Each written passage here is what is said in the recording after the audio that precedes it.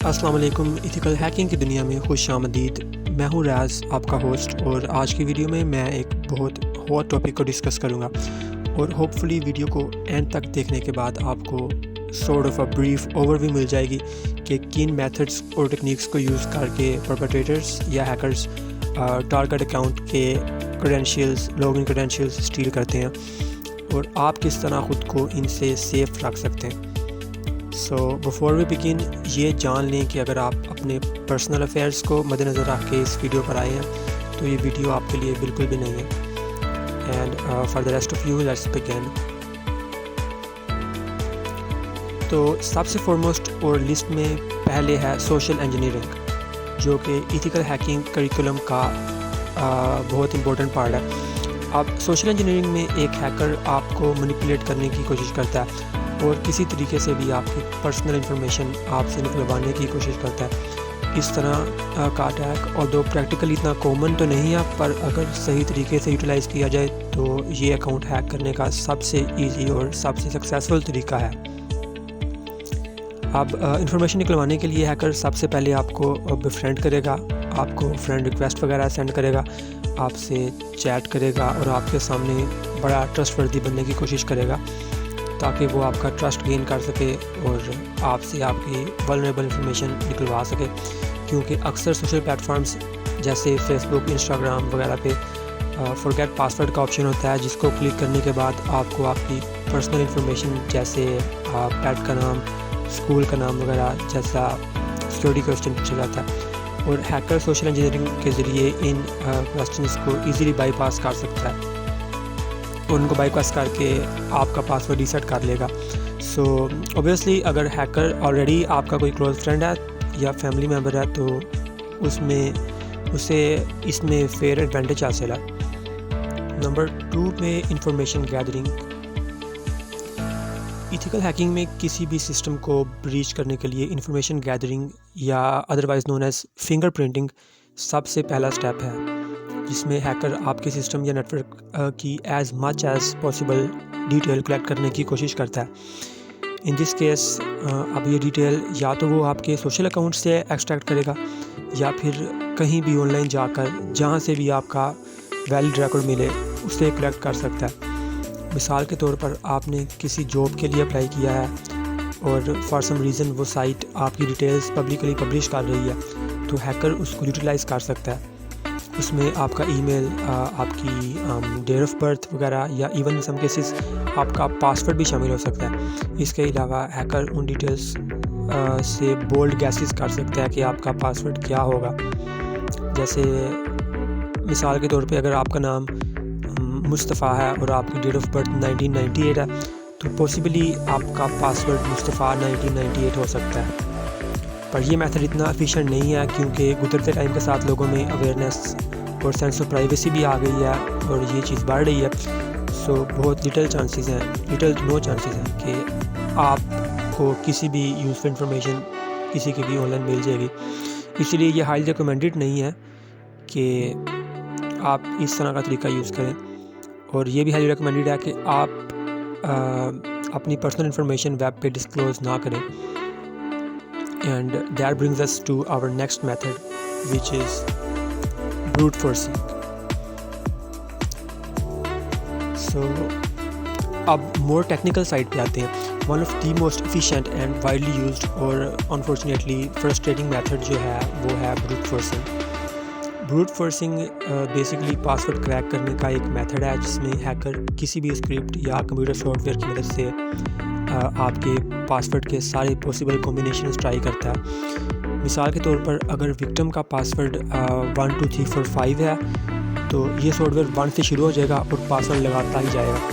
पहले 1 लगाएगा, फेल होगा, फिर 2 लगाएगा, फिर 3, फिर 4, 5, 6, 7, 8, 9, 10 और इसी तरह 1200 344 अटैम्प्ट्स के बाद ये सॉफ्टवेयर आपका पासवर्ड गैस करने में कामयाब हो जाएगा। आपको ब्रूट फोर्सिंग के लिए required tools open source software की मदद की शक्ल में मिल जाएंगे। ऑनलाइन आप उनको डाउनलोड कर सकते हैं गिटहब वगैरह से, या अगर आप लिनक्स यूज़र हैं तो आपकी डिस्ट्रो स्पेसिफिक रिपोजिटरीज़ में आपको मिल जाएंगे जिन्हें आप इजीली इंस्टॉल कर सकते हैं। इन सॉफ्टवेयर में सबसे पॉपुलर फेसबुक ब्रूट फोर्स के नाम से पाया जाने वाला ये पाइथन स्क्रिप्ट है जो आपको गिटहब से मिल जाएगा और इसकी लिंक ये आपके सामने स्क्रीन पे है। अब ये सब बहुत प्रॉमिसिंग लग रहा होगा आपको, पर इस टेक्निक की सबसे बड़ी डाउन साइड है और वो ये है कि ये टेक्निक बहुत टाइम कंज्यूमिंग है, लाइक बहुत ज़्यादा टाइम कंज्यूमिंग। जैसे अगर आपका पासवर्ड 1 2 3 4 5 है मिसाल के तौर पे, तो कंप्यूटर 1 2 3 4 5 अटैम्प्ट्स ही लेगा 0 से शुरू करके, जो ऑन एवरेज कुछ सेकंड्स में क्रैक हो जाएगा। पर अगर आपका पासवर्ड में अल्फ़ाबेट्स पाए जाते हैं तो कुछ दिन लेगा। और अगर to make matters even worse, आपका पासवर्ड लेटर्स, नंबर्स और स्पेशल कैरेक्टर्स का कॉम्बिनेशन है और बहुत लेंथी भी है और इसमें इंग्लिश डिक्शनरी से मैच होने वाले कोई अल्फाज भी नहीं पाए जाते। तो ये टूल आपका पासवर्ड क्रैक करने में सिर्फ कुछ 100 साल ही लेगा। पर it doesn't even and here. एक ही आईपी से मर्ज होने वाले जो रिपीटेटिव फेल अटैम्प्ट्स होती हैं पासवर्ड की, फेसबुक उनको ब्लॉक करेगा, जिसके लिए ये प्रोग्राम्स हर 5 फेल अटैम्प्ट्स के बाद डेड पॉज लेंगे, जिससे ब्रूट फोर्सिंग के क्रैक करना वर्चुअली इम्पॉसिबल है, क्योंकि इतना कौन वेट करेगा यार।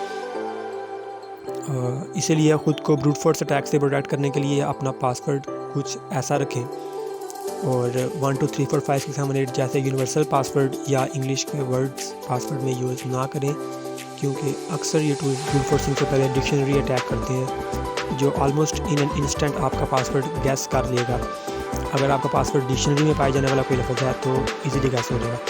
और 1 2 3 4 5 या 1 2 3 4 5 6 7 8 जैसे पासवर्ड्स इसीलिए यूज़ ना करें क्योंकि सबसे ज़्यादा यूज़ किए जाने वाले ये पासवर्ड्स हैं और ये रेनबो टेबल्स में पाए जाते हैं। अब रेनबो टेबल से मुराद एक सबसे ज़्यादा यूज़ किए जाने वाले पासवर्ड्स की लिस्ट ही है जो आपको ऑनलाइन मिल जाएगी और हैकर्स सबसे पहले रेनबो लिस्ट ही लगाते हैं पासवर्ड क्रैक करने के लिए। और इस लिस्ट में पॉसिबली आपका मोस्ट यूज पासवर्ड होगा तो हैकर्स इजीली आपका पासवर्ड हैक कर सकते हैं। फ़िशिंग अटैक से आप लोग ऑलरेडी फेमिलियर होंगे क्योंकि आप एक क्रेडेंशियल्स स्टील करने के लिए सबसे ज़्यादा सक्सेसफुल और सबसे ज़्यादा यूज़ किया जाने वाला मेथड जो है वो फ़िशिंग है और इसको कैरी आउट करने के लिए आपको किसी टेक्निकल नॉलेज की भी ज़रूरत नहीं। तो बेसिकली क्या होता है, इस मेथड में हैकर सबसे पहले लेट्स से फेसबुक या इंस्टाग्राम के लॉगिन पेज का डिज़ाइन कॉपी करता है और उस जैसा बिल्कुल सिमिलर वेब पेज क्रिएट कर लेता है और फिर अपने पीसी पर एक टेम्परेरी वेब सर्वर सेटअप करके उस पेज को होस्ट करता है और फिर उसकी लिंक अपने टारगेट को एसएमएस या व्हाट्सएप वगैरह के ज़रिए सेंड कर देता है। अब जैसे ही विक्टिम उस लिंक को ओपन करेगा तो उसको फेसबुक का लॉगिन पेज शो होगा, पर अनबिनोन टू हिम वो पेज दर हकीकत फेसबुक का नहीं बल्कि आपका क्रिएट किया हुआ स्पूफ पेज होगा और जैसे ही वो अपना ईमेल और पासवर्ड एंटर करेगा वो इन्फॉर्मेशन आपको सेंड कर दी जाएगी और उसके बाद वो बंदा ऑटोमेटिकली रियल फेसबुक पर रीडायरेक्ट हो जाएगा और उसको पता भी नहीं चलेगा कि उसकी सिक्योरिटी कॉम्प्रोमाइज़्ड हो गई है। पर इसमें अब प्रॉब्लम ये है कि विक्टिम आपकी ही सेंड की लिंक क्यों लॉगिन करेगा, वो सीधा अपने ब्राउज़र से भी तो फेसबुक पे जाके ओपन कर सकता है ना।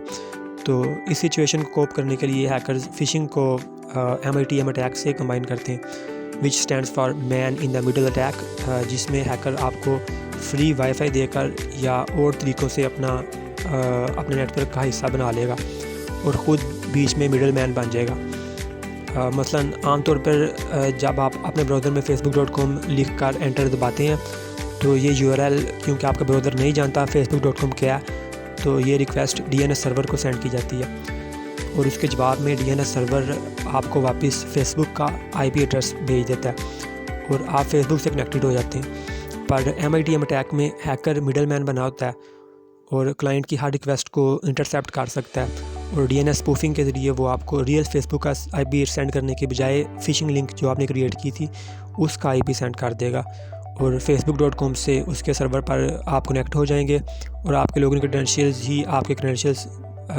एंटर करते ही हैकर को सेंड कर दिए जाएंगे। इस तरह विक्टिम को पता भी नहीं चलेगा कि उसका पासवर्ड क्रैक हो चुका है। आप बोलने में तो ये सब बहुत कॉम्प्लिकेटेड लग रहा होगा आपको और आप सोच रहे होंगे कि सेक्शन के शुरू में मैंने कहा था कि इस अटैक को कैरी करने के लिए आपको किसी टेक्निकल नॉलेज की ज़रूरत नहीं है, विच इज़ ट्रू, क्योंकि ये सब टास्क आपको एक ही सॉफ्टवेयर की सूरत में मिल जाएंगे और ऐसे सॉफ्टवेयर में ब्लैक आई सर फहरिस्त है जो आपके लिए ये सारे काम हैंडल कर लेता है। आप सिंपली इसको गिटहब से क्लोन कर सकते हैं, ये लिंक आपके सामने है और बाकी सब काम ऑटोमेटिकली ये टूल हैंडल कर लेगा। अब ख़ुद को फ़िशिंग से प्रोटेक्ट करने के लिए याद रहे कि आप किसी भी अनट्रस्टेड लिंक पे क्लिक ना ही करें, और जब भी लॉगिन करें तो वेबसाइट का SSL सर्टिफिकेट देख लें। ये छोटा सा जो ताला बना होता है ना लिंक के सामने, ये इसका SSL सर्टिफिकेट होता है। अगर ये अनलॉक्ड हो तो इसका मतलब है कि वेबसाइट सिक्योर नहीं है। इससे आपको कन्फर्म हो जाएगा ये वेबसाइट रियल है या नहीं। इसके अलावा किसी भी पब्लिक वाईफाई को आप जो फ्री में ऑफ़र किया जा रहा है उसको ज्वाइन ना करें, क्योंकि आपकी लाइल्मी में इसके पीछे कोई हैकर हो सकता है। नेक्स्ट अप की लॉगर्स। तो नंबर 5 से ऑनवर्ड्स हम जिन अटैक्स की बात करने जा रहे हैं वो हैं post connection attacks. That means कि इन अटैक्स को कैरी करने के लिए हैकर को पहले विक्टिम से किसी भी तरह कनेक्ट करना ज़रूरी है, और ये कनेक्शन इस्टेब्लिश करने के लिए अक्सर hackers reverse TCP connection use करते हैं। अब इस तरह के अटैक में बजाय कि कोई रिमोट हैकर आपसे कनेक्ट करे, उल्टा आप ख़ुद लाइल्मी में हैकर की मशीन से कनेक्ट करते हैं और उसे पूरी तरह से अपनी डिवाइस को एक्सेस करने की परमिशन दे देते हैं। और ऐसा करने के लिए हैकर्स फ़िशिंग का इस्तेमाल करते हैं ताकि आप कोई EXE या APK एक्सप्लॉइट वगैरह इंस्टॉल कर लें और हैकर को आपकी मशीन का फुल कंट्रोल मिल जाए और आपको पता भी ना चले।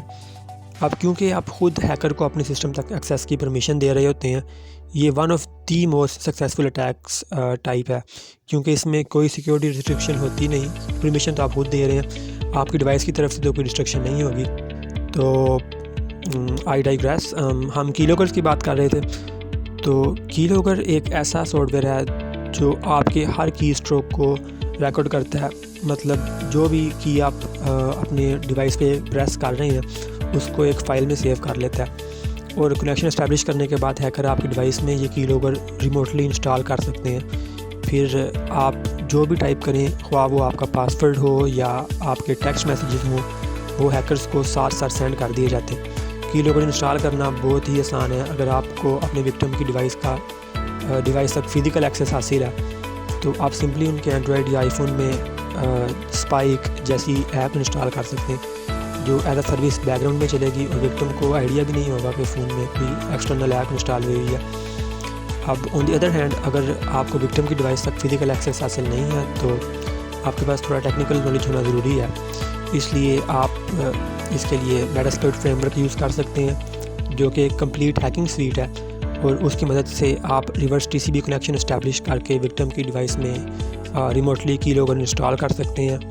अब मेटास्प्लॉइट फ्रेमवर्क आपको लिनक्स के डिस्ट्रोज जैसे काली लिनक्स है या ब्लैक आर्च है उनमें प्री इंस्टॉल मिले, मगर आप इसको बड़ी आसानी के साथ मैनुअली भी इंस्टॉल कर सकते हैं। अगर आप लिनक्स इंस्टॉल नहीं करना चाहते तो आप सिंपली विंडोज़ पे WSL यूज़ कर सकते हैं, या एंड्रॉयड पे आप कोई लिनक्स एमुलेटर यूज़ कर लें, जैसे टर्मिक्स ऐप जो है उसे यूज़ करके आप उस पर मेटास्प्लॉइट फ्रेमवर्क जो है इंस्टॉल कर सकते हैं। अब इस अटैक की डाउन साइड में सबसे बड़ी प्रॉब्लम ये है कि अगर विक्टिम अपने अकाउंट में ऑलरेडी लॉग्ड इन है तो ये अटैक कम्प्लीटली यूज़लेस है, क्योंकि ना तो विक्टिम पासवर्ड मिलाए ना ही आपको की स्ट्रोक सेंड हो। तो इस तरह का अटैक विक्टिम को स्पाई करने के लिए ज़्यादा कारआमद है। Number 6, session cookies. अब ये मेथड थोड़ा कॉम्प्लिकेटेड है अगर आपका वेब डेवलपमेंट से ताल्लुक़ नहीं, पर रिलेटिवली सिंपल है if you get the hang of it. तो सबसे पहले बात करते हैं कि कुकीज़ हैं क्या। कुकीज़ का लफ्ज़ आपने बहुत सुना होगा अगर आप रेगुलरली इंटरनेट ब्राउज़ करते हैं, और काफ़ी साइट्स आपसे कुकीज़ स्टोर करने की परमिशन मांगती हैं। सो बेसिकली HTTP कुकीज़ से मुराद वो डेटा है जो वेबसाइट्स आपके ब्राउज़र में एक कुकी ऑब्जेक्ट में सेव करती हैं। मिसाल के तौर पर जब आप फर्स्ट टाइम कोई साइट विज़िट करते हैं तो वो स्लो होता है एज़ कम्पेयर टू आप वही साइट दोबारा विज़िट करें तो पेज बहुत जल्दी लोड हो जाता है, क्योंकि साइट्स कुकीज़ में आपका डेटा स्टोर कर रही होती हैं। इसी तरह फेसबुक में जब आप लॉगिन करते हैं तो आपके लिए सेशन कुकी जनरेट हो जाती है, जिससे फेसबुक को पता चलता है कि आप लॉग्ड इन हैं। अब हैकर्स को अगर आपके सिस्टम तक रिमोट एक्सेस हासिल हो जाए तो वो ये सेशन कुकीज़ स्टील कर सकते हैं और बड़ी आसानी से आपके अकाउंट में लॉगिन कर सकते हैं। पर इस मेथड की डाउन साइड्स में सबसे पहले तो विक्टिम तक रिमोट एक्सेस हासिल करना ज़रूरी है, और दूसरा ये कि सेशन कुकीज़ सिर्फ या करंट सेशन तक एक्टिव होती हैं। मतलब विक्टिम के ब्राउज़र क्लोज करते ही हैकर जो है या आप ऑटोमेटिकली लॉग आउट हो जाएंगे। और लास्ट वन हमारे पास लिस्ट में है ईमेल स्पूफिंग। अब ईमेल स्पूफिंग से हैकर किसी बड़ी फर्म या कंपनी जैसे फेसबुक लें, उसको इम्पर्सनेट करके विक्टिम को एक ईमेल सेंड करता है और विक्टिम को ऐसा लगता है कि जैसे ये ईमेल सच में फेसबुक की तरफ से ही रिसीव हुआ है और इस तरह हैकर उसका ट्रस्ट गेन करने में कामयाब हो जाता है और ट्रस्ट बिगेस्ट एलिमेंट है इसमें। अब वो जो चाहे उस ईमेल में भेज सकता है क्योंकि उसको विक्टिम का ट्रस्ट हासिल है। वो ईमेल में फ़िशिंग लिंक अटैच कर सकता है जिसके बारे में हमने सेक्शन 4 में बात की थी, या फिर वो ईमेल में रिवर्स टीसीपी कनेक्शन इस्टेब्लिश करने के लिए कोई EXE या APK एक्सप्लॉइट सेंड कर सकता है और विक्टिम उसको ब्लाइंडली अपने सिस्टम में इंस्टॉल कर लेता है क्योंकि वाई नॉट, उसे लग रहा है कि ईमेल सच में फेसबुक ने सेंड किया है, अनलेस उसके पास थोड़ा टेक्निकल नॉलेज है और वो ईमेल हेडर्स को कंपेयर करके पता लगा सकता है कि ईमेल कहाँ से ओरिजिनेट हो रहा है, ये हैकर खुद से ओरिजिनेट हो रहा है या फिर सच में फेसबुक की तरफ से आया। It's very simple to check.